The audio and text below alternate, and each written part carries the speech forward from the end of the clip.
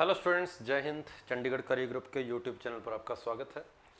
तो आज फिर अपने ग्राफ के बारे में बात करेंगे। मेरे पास एक नया फंक्शन है, फिर लीनियर फंक्शन की बात करेंगे। और जब भी हम किसी स्ट्रेट लाइन की इक्वेशन देखते हैं या किसी लीनियर फंक्शन की बात करते हैं तो उसकी जो जनरल फॉर्म होती है हमारे पास वो y equal to a x plus b होती है। हम इस टाइप के ग्राफ आज पढ़ेंगे। ए और बी कोई भी रियल नंबर हो सकते हैं, ए की जगह पर भी कुछ भी आ सकता है, बी की जगह पर भी कुछ भी आ सकता है। तो ए और बी यहाँ पर आपके पास रियल नंबर है। और फिलहाल मेरे लिए ए भी जीरो नहीं है, बी भी जीरो नहीं है। ए और बी दोनों जगह पर कुछ ना कुछ आएगा, कोई ना कोई रियल नंबर आएगा ए और बी दोनों जगह पे। तो ये मेरे पास एक फंक्शन है y equal to a x plus b. अब y की जगह पर एफ एक्स भी लिख सकते हैं, इसलिए इसके इक्वल टू में मैं यहाँ पर एफ एक्स भी लगा देता हूँ, एफ एक्स भी लगा देता हूँ इसके इक्वल टू में। F x is equal to a x plus b, मैं इसके बारे में बात कर रहा हूँ। और इसी को जब हम स्ट्रेट लाइन चैप्टर के अंदर लेकर चलते हैं तो y is equal to m x plus c बोलते हैं, एम एक्स प्लस सी। आप कंपेयर करके देख सकते हैं कि एम एक्स प्लस सी जो है यही आपके पास ए एक्स प्लस बी होता है। ए की जगह पर m आ गया कोई कांस्टेंट, b की जगह पर कोई कांस्टेंट आ गया, c आ गया। यहाँ पर b भी कोई कांस्टेंट है, यहाँ c कांस्टेंट होता है, इधर a कांस्टेंट है, इधर m कांस्टेंट होता है। और यहाँ पर m हम स्ट्रेट लाइन के अंदर स्लोप बोल देते हैं। इसका मतलब स्लोप का काम यहाँ पर a कर रहा है। स्ट्रेट लाइन के अंदर c हमारा जो होता है वो इंटरसेप्ट ऑन y एक्सिस होता है और उस इंटरसेप्ट का काम यहाँ पर आपके पास b कर रहा है। तो आज अपने बात कर रहे हैं function y equal to a x plus b के बारे में बात करने जा रहे हैं। और इसका ग्राफ आपके पास कैसा होता है, एक स्ट्रेट लाइन होता है, इसके बारे में अपने आज पढ़ेंगे। तो चलो शुरू करते हैं। y equal to a x plus b, इस फंक्शन का ग्राफ कैसा हो सकता है? Straight line. पहला आंसर तो सीधा यही है कि इसका ग्राफ स्ट्रेट लाइन है। बनेगा कैसे, अपने स्टेप बाय स्टेप अपने आगे बढ़ते हैं। सबसे पहले बात करते हैं डोमेन की। डोमेन मतलब x की जगह क्या रख सकते हैं। तो इस फंक्शन का, लीनियर फंक्शन का डोमेन जैसा कि हम पढ़ते आ रहे हैं, आप x की जगह पर कुछ भी रख सकते हैं। डोमेन की वैल्यू आपके पास क्या होगी, r होगी। इस फंक्शन का डोमेन आपके पास रियल नंबर आएगा, आप x की जगह पर कोई भी वैल्यू पुट कर सकते हैं। एग्जाम्पल के तौर पर अगर मैं कोई फंक्शन लेना चाहूं तो मैं y equal to 2x plus 4 के बारे में बात कर रहा हूं। y equal to 2x plus 4 के बारे में मैं x की जगह पर कोई भी वैल्यू पुट कर सकता हूं। तो इस फंक्शन का डोमेन जो है वो मेरे पास क्या है, r है। इस फंक्शन का डोमेन रियल नंबर है, मैं x की जगह कोई भी वैल्यू पुट कर सकता हूं। इस फंक्शन की अगर रेंज की बात करूं तो रेंज निकालने का तरीका आपको क्या सिखाया गया है पिछली क्लास के अंदर ही, y की जगह x पुट कर दो, x की जगह y पुट कर दो। तो y की जगह जब आप x पुट करेंगे और x की जगह जब आप y पुट करेंगे तो आपके पास ये फंक्शन कुछ ऐसा बन जाएगा, y equal to x minus 4/2। ये आपके पास फंक्शन होगा। तो ये फंक्शन और ये फंक्शन, ये दोनों फंक्शन एक दूसरे के कैसे फंक्शन है, इनवर्स फंक्शन है। इनवर्स फंक्शन निकालने का यही तो तरीका बता रहा हूं मैं हर बार, कि y की जगह बस x पुट कर दो और x की जगह y पुट कर दो, वहां से y की वैल्यू निकाल लो, इनवर्स फंक्शन आ गया। मतलब इसमें x को 1 पुट किया तो y की वैल्यू 6 मिलेगी, इसमें उल्टा 6 पुट कर दो, y की वैल्यू 1 मिलेगी, उल्टा हो जाएगा। तो इस फंक्शन का जो डोमेन होगा वही इस फंक्शन का रेंज होगी, वो इस फंक्शन की। तो अगर आप इसको गौर से देखें तो x की वैल्यू पुट करने पर आपके पास कोई रेस्ट्रिक्शंस नहीं है, आप x की जो मर्जी वैल्यू पुट कर सकते हैं जैसा आपका मन करे। तो अगर इस फंक्शन का डोमेन अगर r है तो आप बोलोगे अपने उस फंक्शन की रेंज भी क्या होगी, r होगी। तो मैं बोलूँगा कि ये जो मेरा लीनियर फंक्शन होता है इसकी रेंज आपके पास क्या होती है, इसकी रेंज भी आपके पास r होती है। ठीक बात है। तो ये आपके पास हो गया, डोमेन भी r है और रेंज भी r है। अब चलते हैं अपने इसके ग्राफ की ओर। और ग्राफ की ओर जाने से पहले सबसे पहले हमें यह देखना पड़ेगा कि इस फंक्शन का, ये फंक्शन का डिफरेंशिएशन क्या आ रहा है, अपने ये चेक कर लेते हैं। तो इसका डिफरेंशिएशन dy/dx की वैल्यू जो है वो यहाँ पर कितनी आ रही है, a आ रही है। dy/dx की वैल्यू a आ रही है। अगर उधर dy/dx देखोगे तो आपके पास m आ जाएगा, और dy/dx क्या होता है, स्लोप होता है। ठीक है, तो स्लोप की वैल्यू यहाँ पर आप बोलेंगे m है और इधर स्लोप की वैल्यू आप बोलेंगे आपके पास a है। इसको मैं एक बार अब हटा देता हूँ। इसका मतलब इस फंक्शन का जो स्लोप है वो a पर डिपेंड कर रहा है, और आप जानते हैं जब स्लोप आपका पॉजिटिव होता है आप बोलते हैं फंक्शन क्या करता है, इंक्रीज करता है, और जब आपका स्लोप नेगेटिव होता है आप बोलते हैं कि आपका फंक्शन क्या करता है, डिक्रीज करता है। ये बात आप जानते हैं। कि अगर dy by D x positive है तो फंक्शन इंक्रीज करता है, dy बाई डी एक्स अगर नेगेटिव है तो फंक्शन डिक्रीज करता है। तो यहां पर जब मैंने dy बाई डी एक्स किया तो वो a आया, मतलब पूरी की पूरी बात a पर टिकी हुई थी। अगर a आपका पॉजिटिव है तो फंक्शन आपका इंक्रीजिंग होगा, और अगर a की वैल्यू आपकी नेगेटिव है तब फंक्शन आपका क्या करेगा, डिक्रीज करेगा। पूरी बात a पर टिकी हुई है। ठीक बात है कि अगर a पॉजिटिव है तब तो आपका ग्राफ ऐसा होगा, अगर a नेगेटिव है तब आपका ग्राफ कुछ इस तरीके का होगा, डिक्रीज करेगा। ये बात आपको क्लियर होगी कि पूरी बात किस पर डिपेंड कर रही है, a पर डिपेंड कर रही है। अगर इसकी बात करूं तो यहां मैंने देखा कि x का कोफिशिएंट जो अपना a होता है वो कितना आ रहा है, वो 2 आ रहा है। ठीक है, और dy बाई डी एक्स 2 आ रहा है, मतलब इस फंक्शन का जो ग्राफ होगा वो कैसा होगा, एक इंक्रीजिंग स्ट्रेट लाइन होगा। ठीक बात है, इस फंक्शन का जो ग्राफ है एक स्ट्रेट लाइन होगा जो लगातार क्या करेगी, इंक्रीज करेगी। चलो तो अपने इसका ग्राफ बना लेते हैं। इसका ग्राफ कैसा होगा, इसके ग्राफ के बारे में अपने बात कर लेते हैं।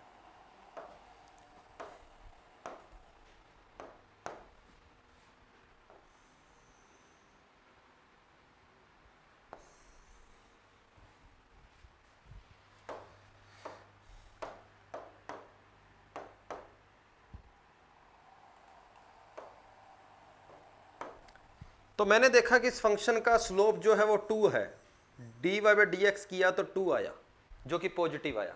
इसका मतलब इस फंक्शन का ग्राफ लगातार इंक्रीज करेगा। अब इंक्रीज करने वाली स्ट्रेट लाइन ये भी हो सकती है, ये भी हो सकती है, ये भी हो सकती है, ये भी हो सकती है, ये भी हो सकती है। ये जितनी भी मैंने यहाँ पर स्ट्रेट लाइंस बनाई है सभी की सभी स्ट्रेट लाइंस आप बोलोगे सर इंक्रीज कर रही है, इनमें से इसका ग्राफ कोई भी हो सकता है, ये इंक्रीजिंग स्ट्रेट लाइन है। अब बात आ गई इस कॉन्स्टेंट की, ये आपके अब काम आएगा कि सर जैसे ही मैं x को 0 पुट करता हूं मुझे y की वैल्यू क्या मिल रही है, 4 मिल रही है। मतलब x 0 होगा तो y की वैल्यू 4 होएगी, और x 0 और y 4 यहां पर होते हैं 0,4 पर, 0,4 x 0 तो y 4। इसका मतलब सर इसका जो ग्राफ आएगा वो ये वाली स्ट्रेट लाइन है, हम बाकी स्ट्रेट लाइंस को छोड़ देंगे। ये इसका ग्राफ है, ये ग्राफ है। ये आपके पास जो ग्राफ हो गया, ये graph y equal to 2x plus 4 का है। अगर इसी जगह पर 4 की बजाय मान लो प्लस का 2 होता तब 0,2 से पास करवाता, तब मैं इस लाइन को बोल सकता था अगर मेरा ये पॉइंट 0,2 है। तो अगर यहां 4 की जगह पर 0 हो जाता, होता ही ना, तो ये y इक्वल टू 2x हमारा पिछले वाले ग्राफ बन जाते जो ओरिजिन से पास कर रहे थे, जो ओरिजिन से पास कर रहे थे, हमारा ये ग्राफ बन जाता अगर 4 की जगह 0 आ जाता। अगर 4 की जगह पर -4 आ जाता तो मैं बोलता कि सर x को 0 पुट करने पर y की वैल्यू -4 आ रही है, वो ये हो जाएगा। x को 0 पुट करने पर y की वैल्यू क्या हो जाएगी, -4 हो जाएगी। मेरा ग्राफ यहां से पास करेगा, लेकिन स्लोप इसका अभी भी पॉजिटिव है। ये जितनी भी लाइनें बन रही है ये सारी की सारी लाइनें मैंने पैरेलल बनाई है, तब क्योंकि सभी का थीटा कितना है, सेम है, सभी का थीटा सेम है। क्यों, क्योंकि सभी का स्लोप यहां पर कितना है, 2 है। तो सभी का स्लोप 2 है, मतलब सभी के tan थीटा की वैल्यू 2 आ रही है, और सभी का अगर tan थीटा 2 है तो थीटा की वैल्यू तो सेम ही आएगी सभी की। मतलब ये हो गया कि 2 को फिक्स करके इनको चेंज कर करके मैं जितनी भी लाइनें बनाऊंगा इसकी जगह पर 1 2 3 4 कुछ भी रख के, वो सारी की सारी लाइनें आपस में क्या होगी, पैरेलल होगी, क्योंकि पैरेलल लाइनों के स्लोप आपस में बराबर होते हैं। ठीक बात है। तो ये हमने बात किसकी करी है, जब मेरा a कैसा है, पॉजिटिव है, तब ग्राफ ऐसा होगा।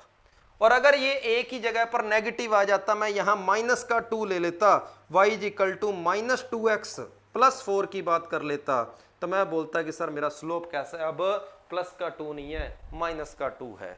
मतलब मेरा ग्राफ जो है वो लगातार डिक्रीज करेगा, और जब डिक्रीज करेगा तो मैं कह सकता हूं कि मेरा ग्राफ जो है वो इनमें से कुछ भी हो सकता है।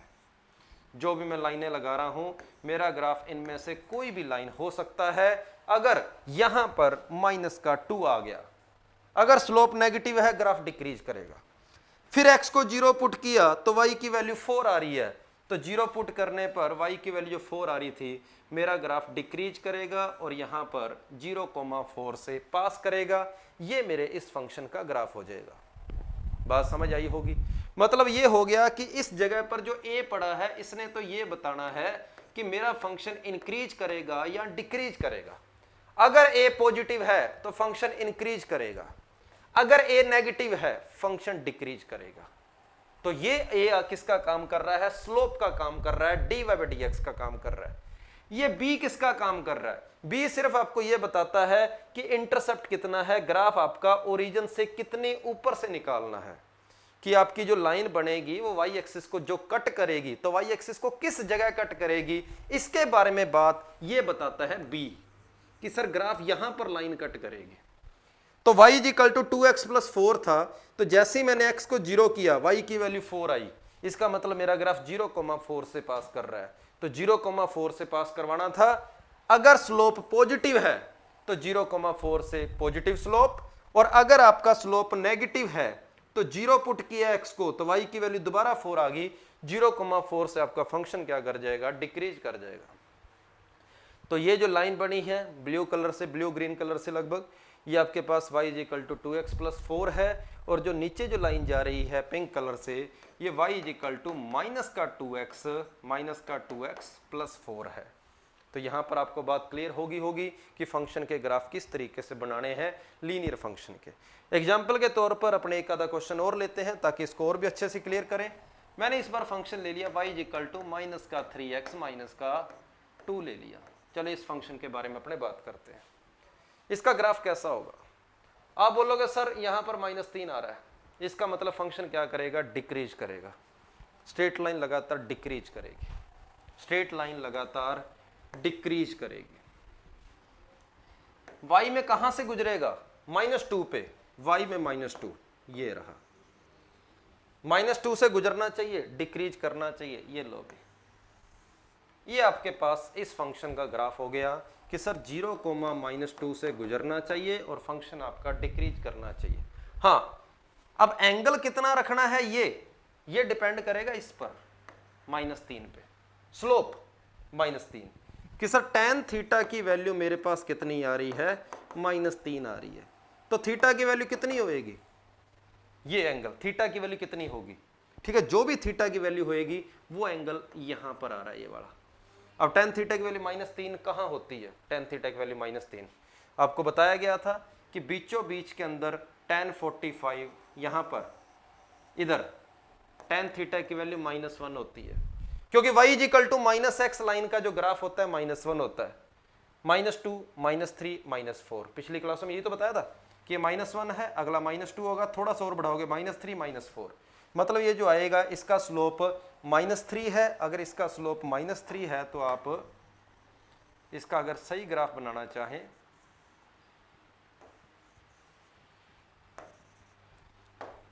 तो आप ऐसा बना सकते हैं, 0,-2 से पास करनी चाहिए, लेकिन इसका एंगल जो है ये, इसका स्लोप -1 है, मेरी लाइन का स्लोप -1 से थोड़ा ज्यादा होना चाहिए, इसका ग्राफ कुछ ऐसा आएगा। तो ये जो आपके पास लाइन है y is equal to -3x -2, इसका ग्राफ ये वाली लाइन है, ये वाली लाइन। इस -2 ने बताया कि ग्राफ 0,-2 से पास करेगा, और यहां पर x के कोफिशिएंट ने बताया कि उसका स्लोप कितना है, तो स्लोप की वैल्यू मेरे पास -3 आ गई। अब tan थीटा की वैल्यू -3 कब होती है, tan थीटा की वैल्यू -3 कब होती है, मैं दोबारा बता देता हूं। अगर tan थीटा की वैल्यू 1 से छोटी है तब तो आपकी लाइन इनमें से कुछ आएगी, तब तो आपकी लाइन जो है 45 डिग्री से कम एंगल वाली आएगी, अगर tan थीटा की वैल्यू 0 से लेकर 1 के बीच में है तो, ठीक है। यहां पर वैल्यू, ये वाली वैल्यू अगर 0 से लेकर 1 के बीच में है तो ग्राफ इनमें से कुछ होगा। अगर tan थीटा की वैल्यू 1 से बड़ी है पर पॉजिटिव है, तब आपका ग्राफ जो होता है वो लाइनें इतना एंगल बनाती है, वो लाइनें बड़ा एंगल बनाएगी, थोड़ा सा 45 से लेकर 90 के बीच में आएंगे। अगर tan थीटा की वैल्यू नेगेटिव में -1 से छोटी है, मतलब -2, -3, -4 वगैरह, तब आपका ग्राफ इधर आएगा, इतने इतने पोर्शन में, ग्रीन वाले में, ठीक है, -1 से लेकर कहां तक, -इनफाइनाइट तक, और ये था 1 से लेकर इनफाइनाइट तक ग्राफ, ठीक बात है। और लास्ट यहां पर ये पोर्शन जो बच गया, इसके बारे में आपको बता दूं, यहां पर ग्राफ कब आता है, ये लाइनें कब बनती है, जब tan थीटा की वैल्यू 0 से लेकर -1 के बीच में है, तब आपकी इनमें से लाइनें बनेगी, ये वाली। तो इसके बारे में आप थोड़ा सा ख्याल रखें पिछली क्लास के अंदर इसी को डिटेल से बताया गया था स्लोप के बारे में कि ये आपका कैसा है। अगर ये वैल्यू पॉजिटिव है, 1 से छोटी है, तब ये व्हाइट कलर वाली लाइनों में से आएगा स्लोप। अगर ये 1 से बड़ा नंबर है तो ये आपके पास यहां पर येलोइश कलर जो है उसकी तरह हो जाएगा। अगर नेगेटिव में -1, -2, -3, -4 है तो ग्रीन कलर से आ जाएगा। और अगर नेगेटिव में -½ है, -1/3 है, -1/4 है तो ये वाली लाइनें हो जाएगी जो मैंने यहां पर बनाई है, ये वाली लाइन। तो ये था आपके पास ग्राफ y -3x -2 का। एक और ग्राफ देखते हैं, y 3x -5, इसका ग्राफ देख लेते हैं। सबसे पहले स्लोप कैसा, पॉजिटिव 3, कुछ ऐसा स्लोप। tan थीटा की वैल्यू 3 कब होती है, लगभग 70-80 डिग्री के आसपास आप कह सकते हो, एंगल बड़ा आएगा। ठीक है, अभी एंगल लगभग 70-80 डिग्री के आसपास बनाना है।